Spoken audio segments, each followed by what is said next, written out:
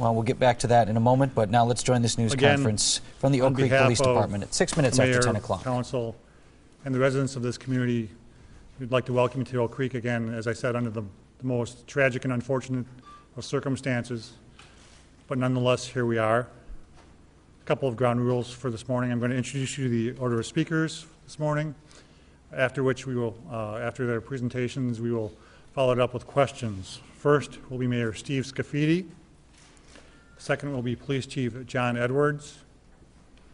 Third is Fire Chief Tom Rosendich. Fourth is United States Attorney James Santel. Fifth is FBI Special Agent in Charge Teresa Carlson. And fifth is Bernard Zaper, Special Agent in Charge for ATF. Thank you. And John Edwards, Police Chief. Oh, I'm sorry, Mayor Steve Scafidi. Sunday was a tragic day for our city, especially given the fact that it occurred in a place of worship, at a Sunday service, on a quiet, sunny morning in Wisconsin. Our thoughts and prayers go out to the families of the victims, for our wounded officer, all our responders, fire, police, other agencies, and the community, which is still in shock. There is no doubt in my mind that the heroic actions of our police officers prevented an even greater tragedy, and they should be commended for that. Oak Creek is a diverse, welcoming city. We host 23 places of worship, and the Sikh community is part of that, what makes our city strong. We will recover from this, but I want to assure everyone that we are doing everything we can, cooperating with federal agencies, local and state agencies, to get the answers we need to resolve the situation and to begin the healing process. As part of that, we will have a community-wide vigil as part of our National Night Out event tomorrow night at 8:30, adjacent to the Oak Creek Community Center on Howell Avenue.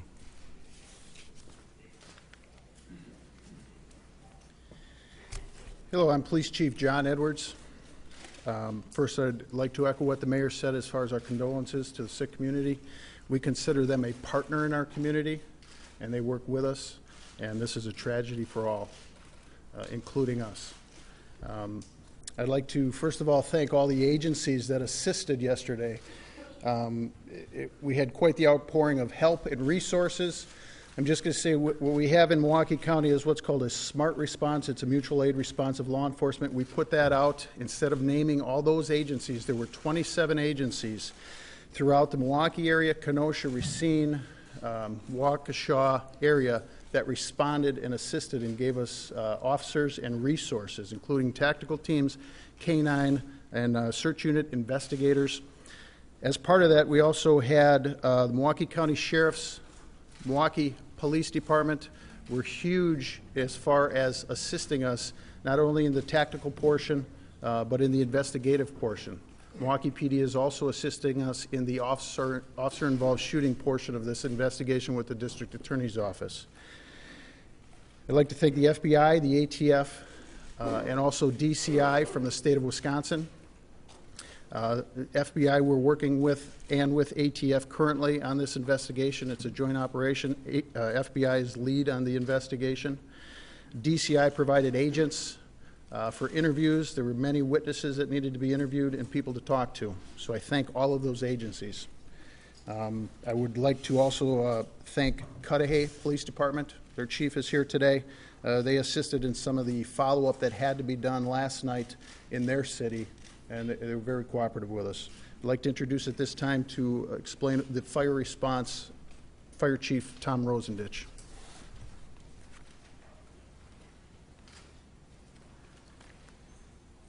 First off, the fire service can be very proud of the response that the fire and EMS did to this incident. We also would thank our communities that responded mutual aid to us. We went to what was called a second alarm mutual aid box life safety card, which brought in Division 109, the city of Milwaukee, Division 107, which is the Milwaukee County suburbs, and Division 102, Racine County. In that response included over 22 units, 60 personnel, which also included tactical EMS that worked directly with the police department, and also our paramedic units that transported by ground to the respective hospitals that were designated for this. We also worked directly with our Milwaukee County paramedic base in coordinating this potential mass casualty incident.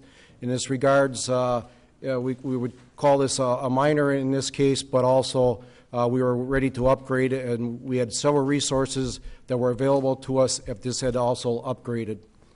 Also in the activation that we also proceeded in this was a partial activation of our EOC, which brought in supporting agencies and our local county emergency management.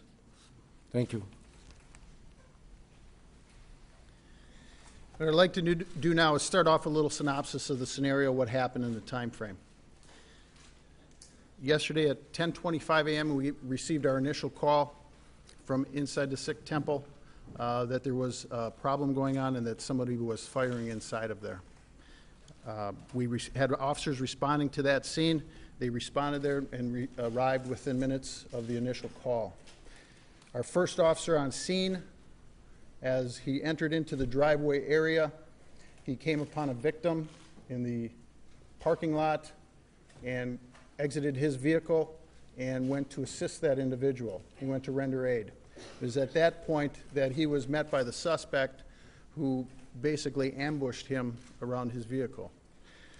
The officer was shot 8 to 9 times at this incident at very close range with a handgun. At that point, other officers were arriving on scene and heard those gunshots, were not aware that the other officer had been shot. They took up a position and did observe the suspect in the parking lot walking, and at that point began to give him commands as far as dropping his weapon and putting his hands up. Our officers are equipped with squad rifles. The officers had armed themselves with those rifles once they exited their vehicle, under protocol when we react to an active shooter, and that's what they were treating this as. After giving commands to the individual, which he didn't respond to, he did fire. One of our vehicles took some rounds through the windshield. Another one also took some rounds. One of the officers returned fire with his squad rifle, putting the individual down. They then secured that individual, and at that point did what is an officer rescue. They did a part check, which is common in the fire service, which we've incorporated, and it's basically a way to find out where everybody's at. One of our officers, our senior officers on scene, called for that part check, and they weren't getting a response. Basically what that is, you call for a part check, you respond back with your badge number so everybody knows you're okay. We weren't getting that response back from that officer. They then knew they had to start looking for him. They went to where they last knew his location was, and as they approached him, he waved them off. He had been shot 9 times, one of them very serious in the neck area, and he waved them off and told them to go into the temple to assist those in there. The officers did a officer rescue, provided cover, and carried him to a squad and got him out of the scene, even though he was trying to get them to go into the temple. The officers at that point made sure that the suspect was not a threat anymore as far as securing him, and they started to set up a perimeter at that point. We didn't know how many individuals may be out there. There was multiple reports. We are confident this time that was the only shooter involved in this, but they did set up a perimeter, and then it turned into a tactical situation. We had tactical teams from around our county, other counties that came through. Captain Toby Weber, who's here from the Milwaukee County Sheriff's Department, coordinated that with our Captain Michael Bolander, and they did a fantastic job with quite a large area that we had to cover and secure. We want the City of Oak Creek citizens to understand that what we did, and the reason it took so long to clear that area, is not only did we clear the temple itself, and we had reports possibly there were others in there, we then did a grid search of approximately, I'm guessing, about 3 square miles with the tactical teams with air support. After that was completed, we did a door-to-door knock and talk of every residence, approximately about 200, in that area to make sure everybody was okay and everybody was safe. I want them all to know that this was the only shooter and that there's nothing more to worry about as far as this situation goes. At that point, the investigation was, we locked down the scene, called in the TAC teams, and then called in so we can start clearing that scene and turning it over to the FBI as far as their response and evidence collection. As far as our officers, I just want to explain some of the things they did. We trained for active shooters, and in my mind, they're all heroes. They did exactly what was expected of them. They're senior officers. I was asked today, what do you think of their actions? Didn't surprise me in the least what they did. They all did what they had to do, helped another officer, and stopped a worse tragedy from happening by their actions. The officer who was shot is listed right now as critical condition. His information, his name is Lieutenant Brian Murphy.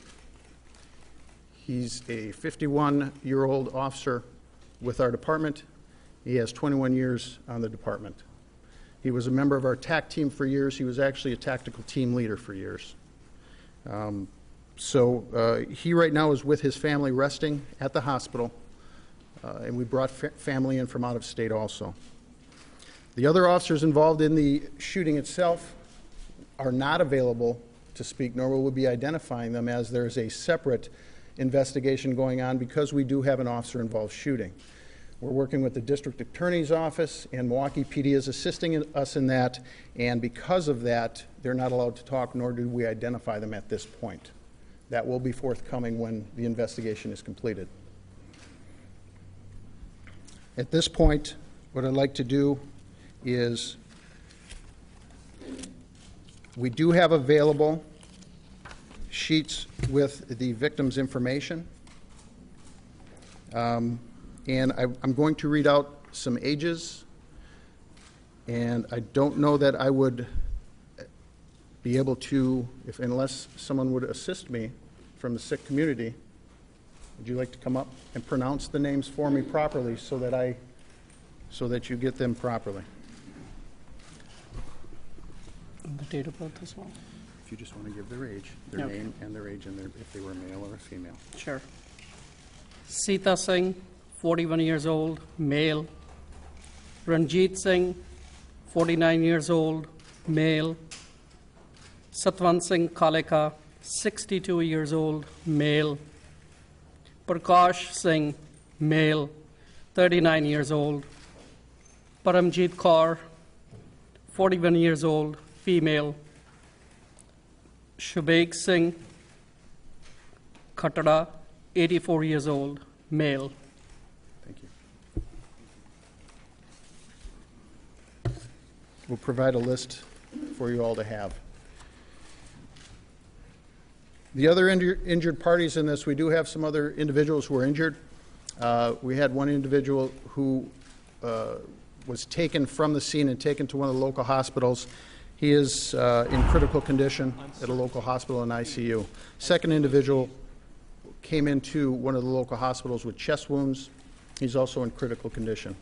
We had a third individual come into a hospital with a wound that was treated, and then they were released because of that wound. The information on the suspect, his name is Wade Michael Page.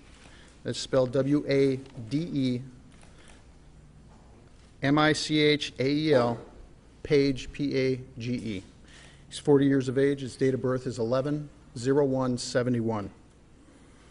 Some of the information on the investigation on this individual we'll cover with Zach Carlson as far as some of the information that was obtained on him. I know there's much that's been put out in the media already regarding him, and some of that we're looking at. We can say that he was in the military from 1992 to 1998. He had a general discharge, and that he was ineligible for reenlistment. I want to make it perfectly clear, right now he is the only shooter that was involved at the temple. We will be following up with the Sikh community, myself, some of the dignitaries from the city, the mayor, and meeting with them privately on this, afterwards away from the media, and discussing some of the follow-up that we need to do with both of our communities. And we look forward to that.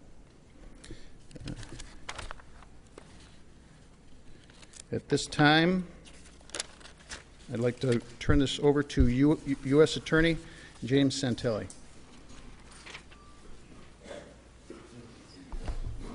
Chief, thank you.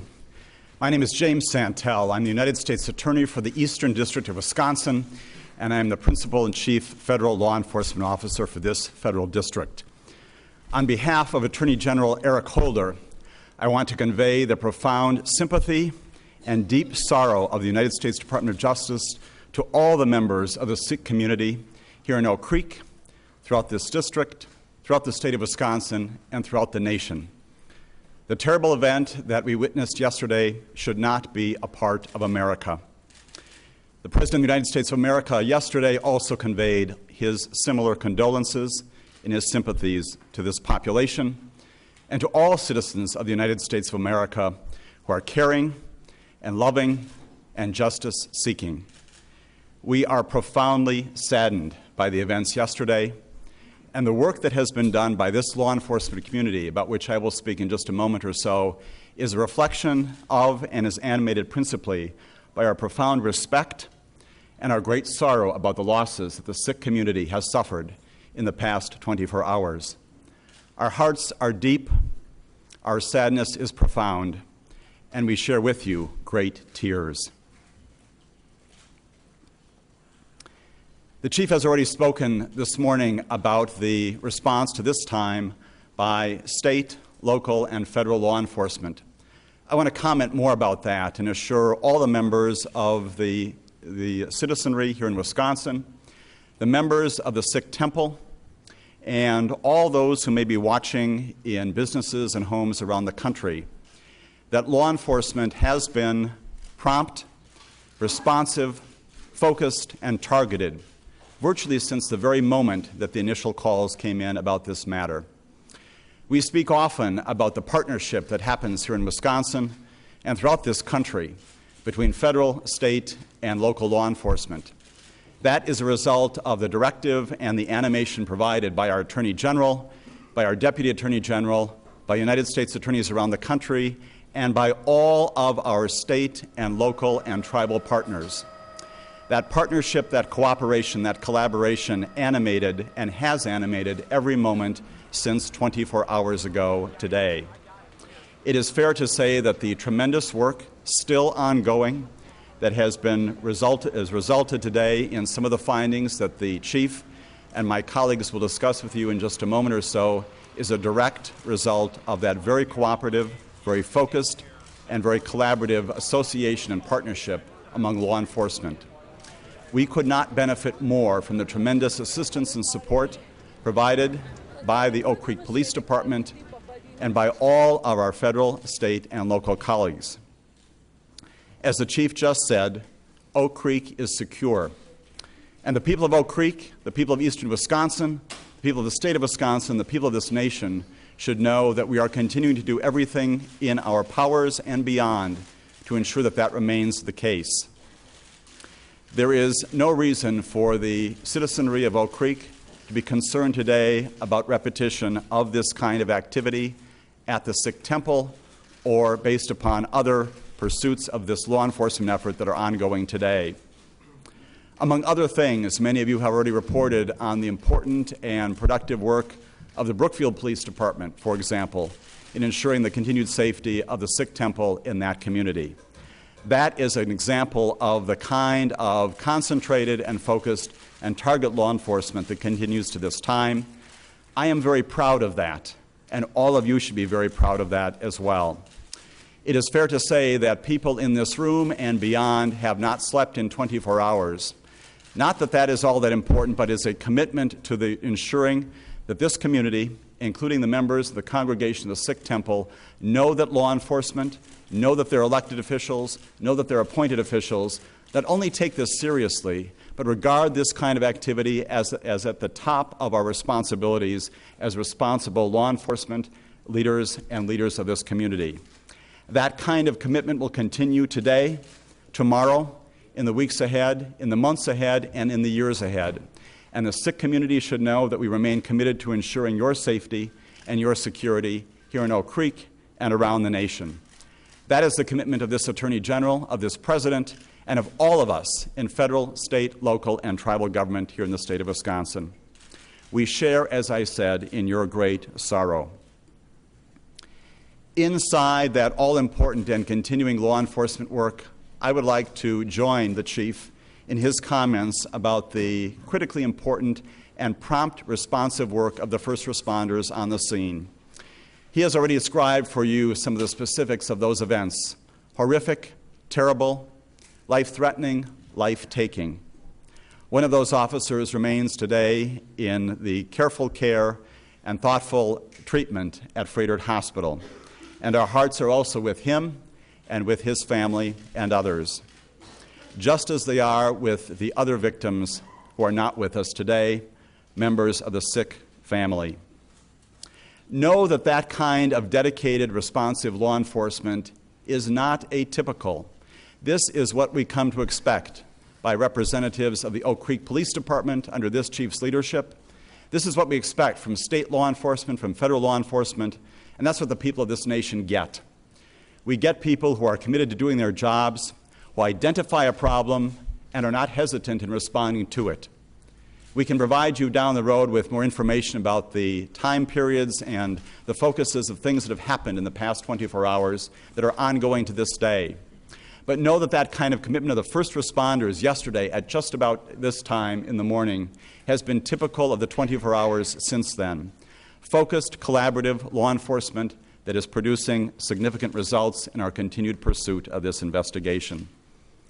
Inside that, as the Chief indicated, we have every reason to believe that there was only one shooter and that there are not others presently involved, although our investigation to that end continues. I also want to comment on the Chief's commitment to, which we all join in further community outreach and community support. I've been in touch with the Community Relations Service of the U.S. Department of Justice, with Tom Perez, who's the Assistant Attorney General of the Civil Rights Division, with local, state, and other officials who join me and all of us in ensuring that in the hours and the days and the weeks ahead, we will be with you, and we will be supporting you and assisting you in this terrible time of challenge and great sorrow. That is a commitment as strong as is our law enforcement commitment, and know that we will be with you today and always. That also is a part of this Attorney General's community outreach and the commitment that each one of us makes to ensure that we are safe and secure. We pursue law enforcement because we are committed to safety and security of the Sikh community, of all faith communities, and of all people in this country. And our community outreach in the days just ahead, led by the mayor, led by the chief, led by our state attorney general, our national attorney general, and others, is a part of that important work. In that connection, I would also like to comment a bit about the Sikh faith. This is, as all of you know, not the first time that the Sikh community in this country has been the target of horrific violence.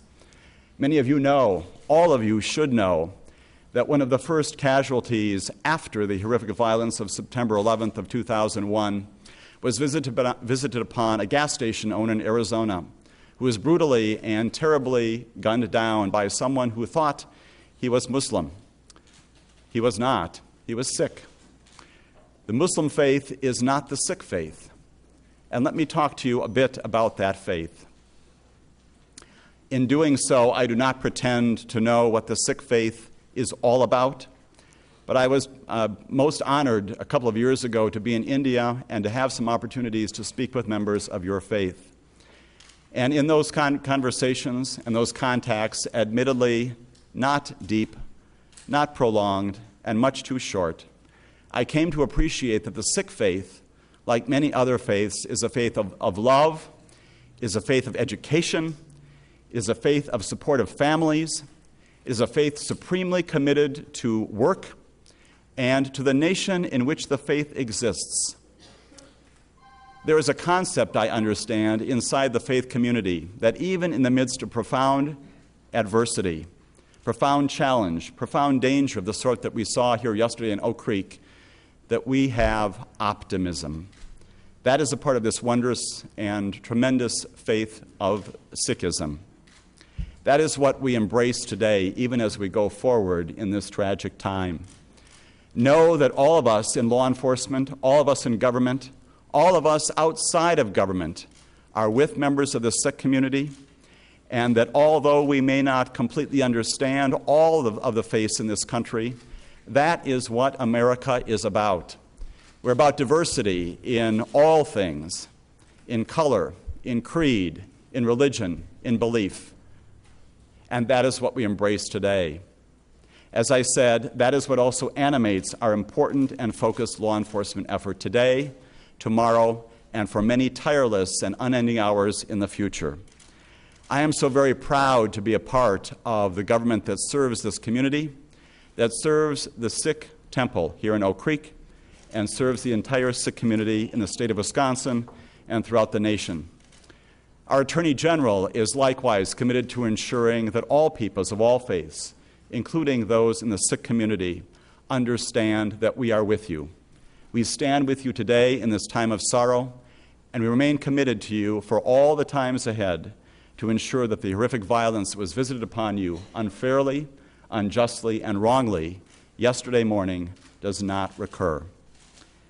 I will be able to answer more questions after the additional presentations by my colleagues. Those colleagues include Teresa Carlson, who is a special agent in charge of the Federal Bureau of Investigation, who has been leading this investigation in partnership with the chief of the Oak Creek Police Department, and also with Bernard Zaper, who is the special agent in charge of the Bureau of Alcohol, Tobacco, and Firearms, who likewise has been, like Teresa, critical and instrumental in ensuring that this investigation, collaborative with our state and local authorities, is focused and targeted. At this time, I'd like to call upon Ms. Teresa Carlson, the Special Agent of the Federal Bureau of Investigation, to comment further upon some, but not all, of the results of this investigation. And in that connection, both as an anticipation of her comments and the remarks that Mr. Zaper is going to deliver as well, I would simply like to comment about this. We are 24 hours out in the pursuit of the horrific events of yesterday. We are continuing actively at this time with this investigation. And there are many things that Teresa and Bernard and others will not be able to comment about this morning. That is not to say that there will never be a time we'll be able to talk about those things, but simply that at this time, as we balance the important and critical need for the Sikh community and for all populations throughout the state of Wisconsin and throughout this country to know the truth, as we come forward today, we also need to balance that with the very significant and important law enforcement interests that are still out there being pursued by our agents, our officers, our detectives of all kinds. And so understand, and I'm sure you will, that although we are going to provide you with some additional information, we will necessarily disappoint you in some respects because some of this is still a part of a very sensitive investigation. But as I said, it is investigation pursued with integrity and focus, and ultimate focus upon the importance of the security and safety of this community. Teresa. Thanks, Jim. Good morning. As Jim said, my name is Teresa Carlson. I'm the Special Agent in charge of FBI Milwaukee. I would like to begin by offering my deepest condolences to the victims, to their families, and to this community. The senseless acts of violence like this are completely unacceptable, and when targeted at a place of worship, particularly reprehensible. I want everyone to know that the FBI is going to do everything in our power to fully and efficiently investigate this case, and we are also going to do everything in our power to prevent this from ever happening again. We have worked through the night. We still have an active crime scene. We're continuing to locate and interview family and associates. Right now, we don't have any reason to believe that there was anyone else associated with this shooting. That said, we are going to continue to work, and if there is anybody, we will identify them. I do want to Note, we have one person of interest, and this photograph will be available to you all today. This person is not identified as of yet, and we would like to identify this person and talk to him.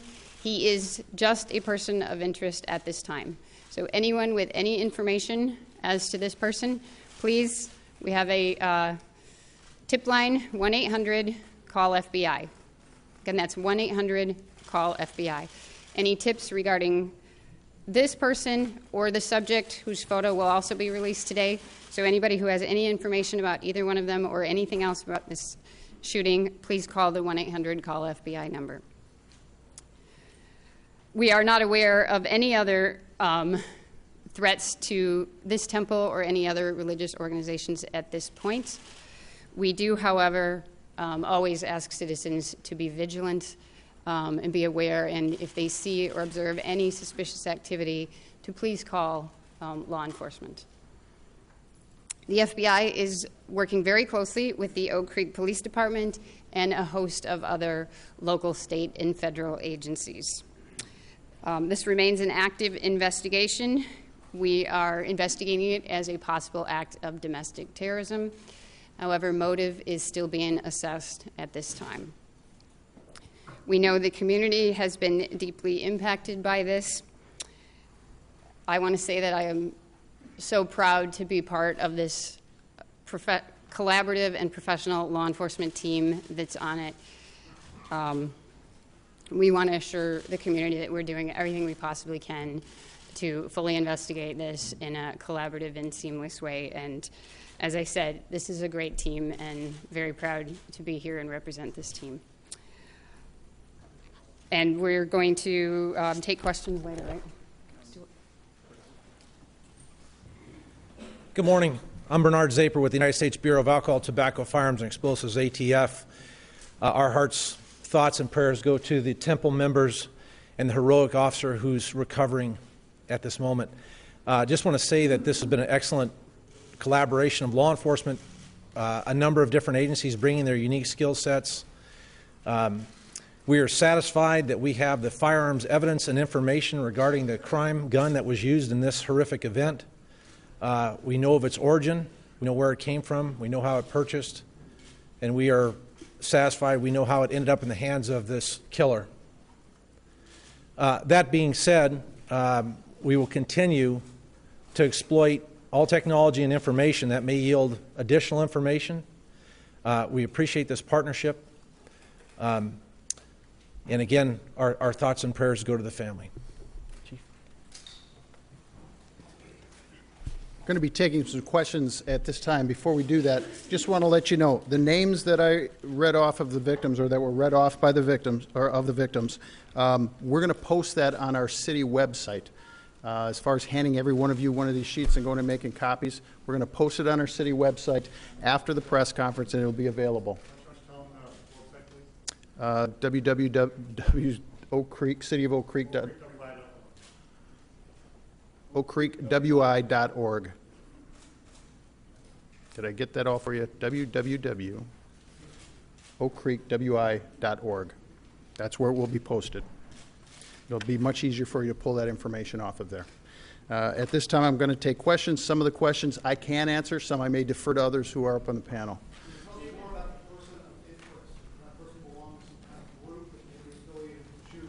Any more detail on the person's interest? What you believe? Is he the gentleman with the 911 tattoo? He's an individual who showed up at the scene after the shooting and was just on scene, and someone mentioned him to another officer who was out there saying this guy looks suspicious, and so we're looking to question him. That's pretty much what this is. He left the scene before anyone could ascertain what he was doing there, and that's why we're trying to follow up with that. Is that accurate?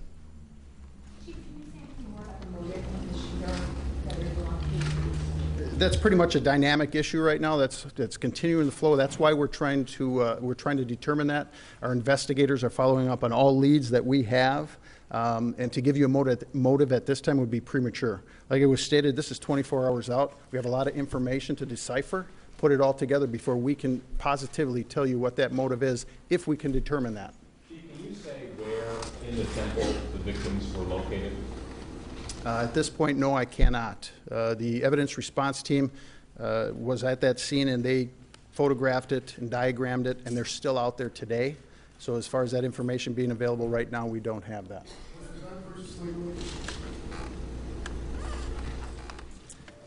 The firearm was purchased legally. The person who purchased it was not prohibited by federal law under the Gun Control Act of being in possession or purchasing a firearm. What domestic extremist is, what domestic terror is, who classifies as a domestic extremist, and who's returning veterans. Are you concerned about them being domestic extremists?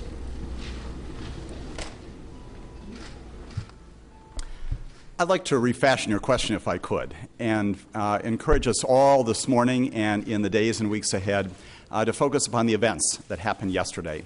We're describing to you today a number of specific things that occurred and the investigation into exactly what happened, including, for example, the location of the victims inside the temple itself, are matters that we're still looking at and analyzing.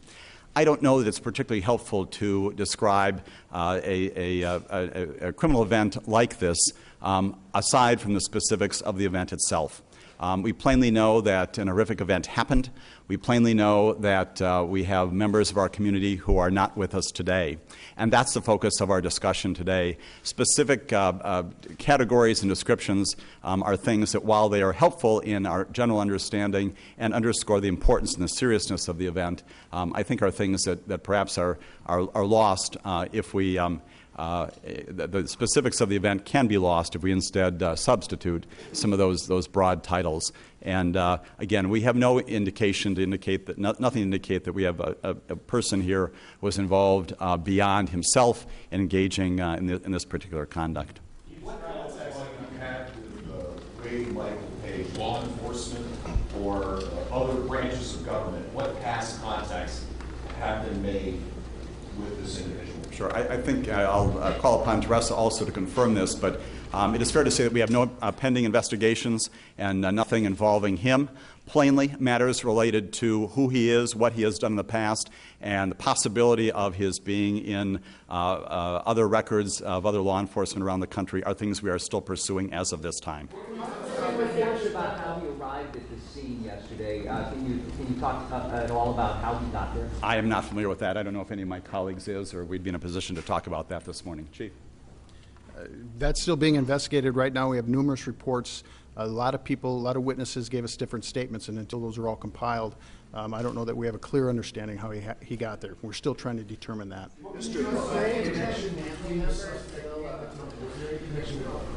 There's no connection that I know of right now. Some of the witness testimony that's not, or information or statements that they gave, those are in the hands of the investigators, and that's part of the investigation. We're not going to give out any of that right now. Did Mr. Page have a single weapon? What was it? Where was it purchased and when? We have all the information on the firearm involved. We're not going to disclose it at this time, other than it was a 9mm handgun utilizing multiple ammunition magazines.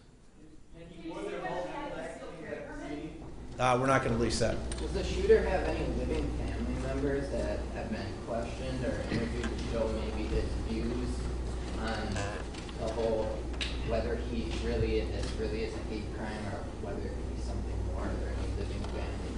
Do you suspect he was a white supremacist? We obviously, that's part of the investigation, is tracking down family members, associates, friends, and asking all of those questions. That is ongoing at this point, so I don't want to talk about the specifics that we've gotten in at this point. We are looking at ties to white supremacist groups, of course. You're aware of the Page before yesterday. Was there a file? Was there any information that the Bureau had about him before yesterday? We did not have an active investigation on him prior to yesterday. There may be references to him in various files. Those are things that are being analyzed right now, but we had no reason to believe, and as far as I know, no law enforcement agency had any reason to believe that he was planning or plotting or capable of such violence. I'm not going to discuss any details of specifics in terms of what constitutes a white supremacist and whether or not, he fits that description at this point. Any kind of criminal record? He had had contact with law enforcement in the past. Details of his record I'm not going to discuss today. Can you describe what was going on at his home? I cannot. I've heard that. I haven't seen it yet. Can you describe what was going on at his home in Cudahy when we saw tactical teams there? So the FBI had a SWAT team and an evidence response team there last night. We made an entry. We're obviously very careful with the entry into that location. They made safe entry. And I want to thank the Cudahy Police Department for watching our perimeter while we did that. And I can tell you that the evidence response team searched the place last night. But any sort of note or anything left? The details, I just can't give out the details at this time. I'm sorry. Is there evidence that he had been in the temple prior to the shooting? Not at this point. Agent, were there other magazines, other ammunition at the scene? Yes, there were. We're not going to go into details. What about his role in the psychological operations unit and him being discharged from the deranked and then discharged, which is similar to a dishonorable discharge with one rank below that? What's going on with that? We are analyzing his military records as we sit here today. There's somebody doing that. Can you address the reports that someone had been seen pacing the temple the night before, perhaps earlier in the morning? There's a lot of reports that you can imagine in a case like this. You get a lot of reports, some of which turn out to be accurate and some not, and we're trying to wade through all of those right now. So I don't want to comment on which of those are accurate and how much at this point. Have there ever been a threat issued against the temple in any way? Email? We are not aware, the FBI is not aware of there having ever been a threat to this temple, and I believe that holds true for the Oak Creek as well. Can you describe why this is being investigated as domestic terrorism? I think a lot of people don't understand why Elway's death point is supposed to be just a hate crime. Well, we're working it as a possible domestic terrorism case. Obviously, this is a big undertaking, so the FBI is always here in a support capacity, and we're happy to take the lead since there is the potential that it rises to a domestic terrorism case and thus should be a federal prosecution. Details to come. Can you clarify what happened occurred? Is it a membership in a particular organization or group? Does that qualify? To qualify, you mean for us to?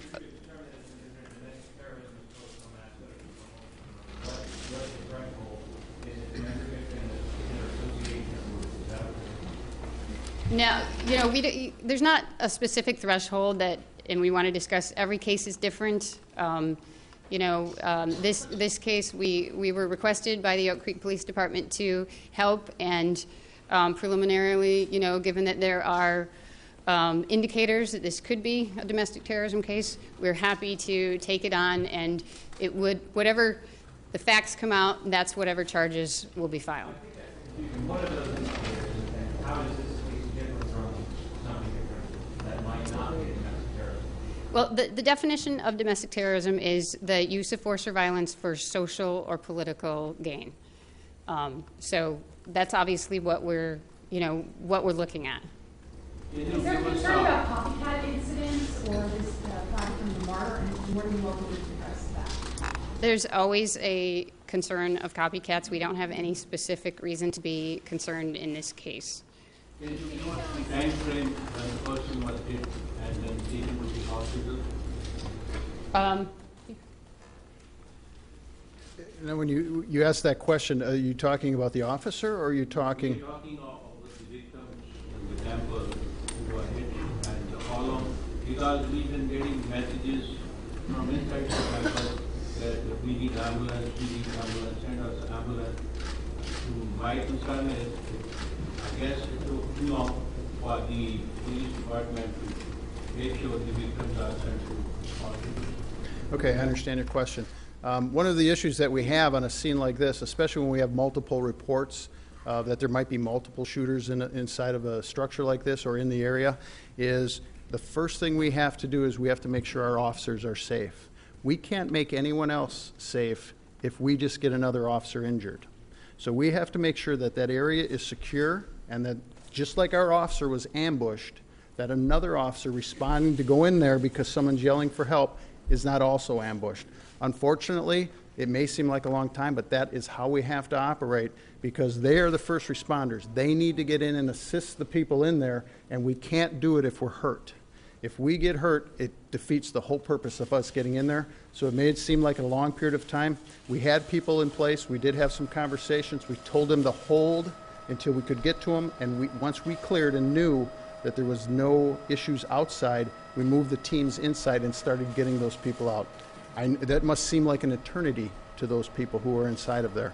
But rest assured, we weren't waiting for any other reason to make sure that nobody else outside was going to be hurt and that we could get them out as safely as possible. Because if we bring them out and there still is somebody out there, there runs the potential that they also could then be put in danger by bringing them out.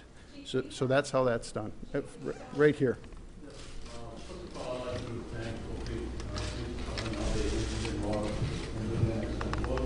I know it's very complicated. One of my questions is that hospital over the Gurdwara, the temple, will be available to all Palestina and affairs and services at the facility.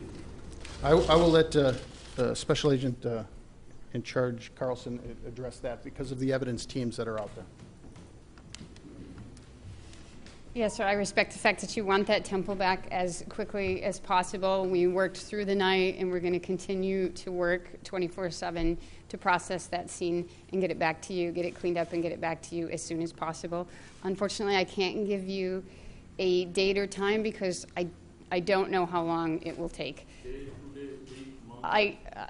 No, I would hope to have it back to you by Thursday at least, but you know, I just don't know how long it will take. We want to be as thorough as possible. So, you know, the ballistic people are in there right now. So hopefully we can get it done, you know, in the next 24 or 48 hours. I'm sorry, did you have a follow-up? Yeah, based on that, if hopefully Gurdwara is not available to us tonight, we are going to gather in the Brookfield Gurdwara as evening prayers from 7 to 8. And if anybody wants to come join us, we'll be there 7 to 8 and hope candlelight prayers, do some prayers, evening prayers tonight. Do you have any recording from the camera? One of the things that what we can possibly do is put that information out on our city website for your members so they can go to that and you can refer them to that so we can point them in the right direction. I'll get that for you. I'm sorry. Are you going to release a picture of Lieutenant Murphy? Of Lieutenant Murphy, we probably will have that for you. We can have that for you sometime after this press conference. Yes. What is the time span from when the first 911 call came in to when your officers were able to take down the suspect? I had a very short period of time to listen to the audio. I haven't had a chance to review anything else other than a quick snapshot of the audio. From what I could tell without looking at the digital, we got the call and within, it was 3 to 4 minutes that our officers were on scene. Chief, first of all, are you going to be releasing those days? Eventually they will be released, but while it's an ongoing investigation, we're not going to release those or any video until we're done investigating them, getting what we need from them, and then we will be releasing them at some point. Have you had any reports in the past of animosity or threats toward the Sikh community here? 1, 2, have you had any interactions with this suspect? No, I'm not aware of any animosity or anything like that went on. As far as this suspect, we've never had any contact with this individual. He's only been in this area a very short period of time, from what I understand. Chief, the officers say what the page said. Right here. That, we can, when we meet privately with all of you after this, we can discuss some of that. I think that would be the more appropriate time for that. Chief, could you explain? From what I can understand, the distances between them, the one officer who's injured, we obviously haven't had a chance to talk to him. The other officers there's no indication that anything was said to them. They made commands, but I haven't heard anything that they heard anything said. Chief, what are we doing to ensure the safety of the... I've got a question back here. Can you discuss where Lieutenant Murphy was shot and if he was wearing a vest and if the person who was The person he was helping, I can tell you, was one of the victims that's deceased. As far as his wounds and where they're at, I'm not going to get into descriptions of those right now. Like I said, he was shot 8 to 9 times. I'll just say some of them extremities and a more serious wound that he's being treated for now, why he's in critical condition. But I'm not going to get into the specifics of the actual. Is he stabilized? He's stable. He is stable. He was wearing a vest. Yes, he was. Someone had a question right here.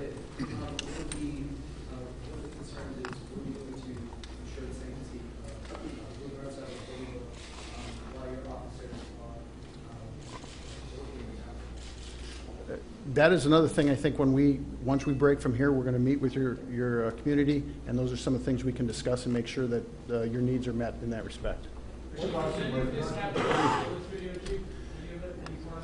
We believe that there's surveillance video, we had squad video. I don't know that anything's been looked at. That's all part of the investigation. We're looking at everything. It's possible there were collaborative. You talked about a lone gunman, but there is a person of interest. Is it possible there was any collaboration at any level with this individual? Right now, we have him as the only person. That's it. There's no collaboration. That we're looking at him as a single shooter on this right now. That's all it is.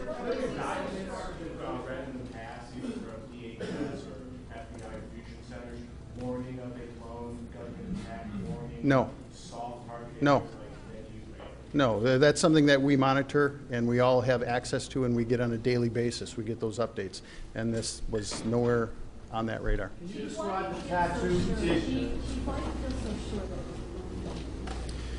Because of those, I'm not going to get into a lot of the details, but we have a lot of witnesses who are on scene, and from some of the things that are being determined from the investigation, which I'm not going to go into. But we are confident of that.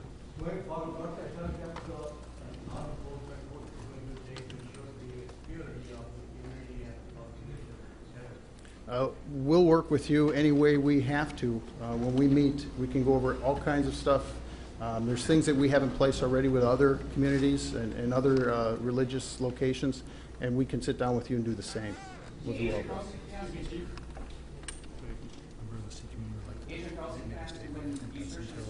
Okay.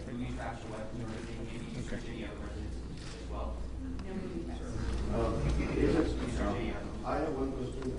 How many of these people like Michael Cage who are potential for any domestic terrorism are there that system education will be there nationwide and public goes to them?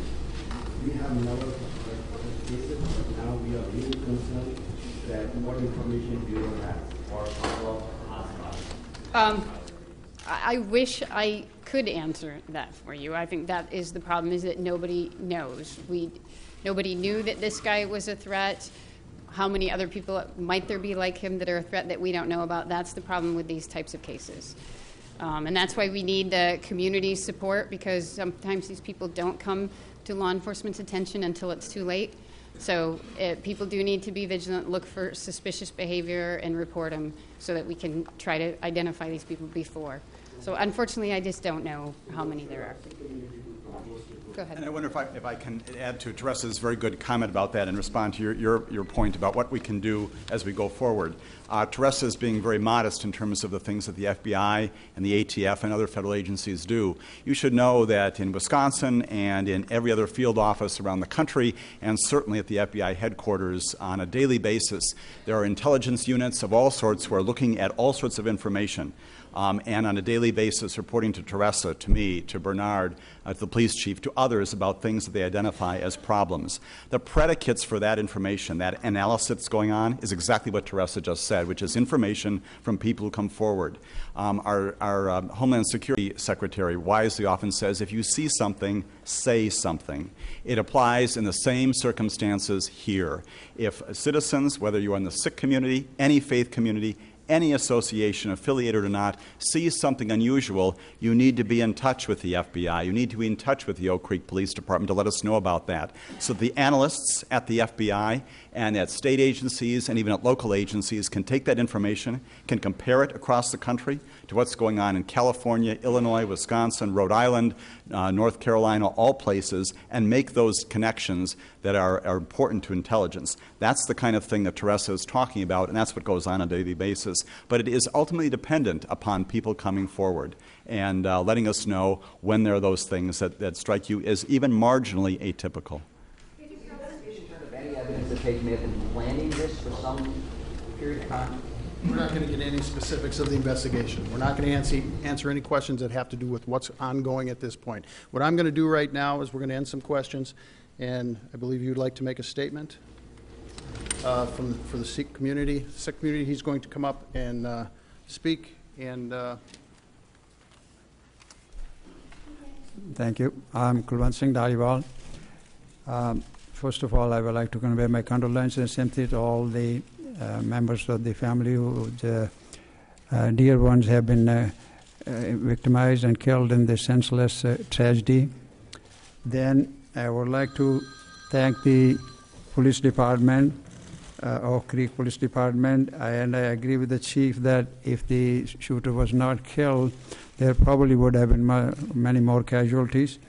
So I would also like to thank the rest of the federal agencies and who are cooperating in this investigation, and also help the local community, the Salvation Army, Red Cross, McDonald's, Starbucks, Woodman, Sonic, all our neighbors in the community who were very helpful yesterday, providing food and some solace and sympathy and comfort to the members of the community. And also the whole Milwaukee community. There was a vigil held last night, and that we appreciate that, and we want to thank them for that.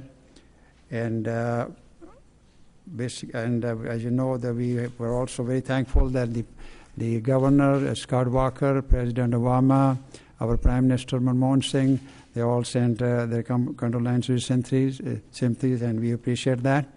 So I think basically that's all I want to say. I believe there is going to be the media conference at the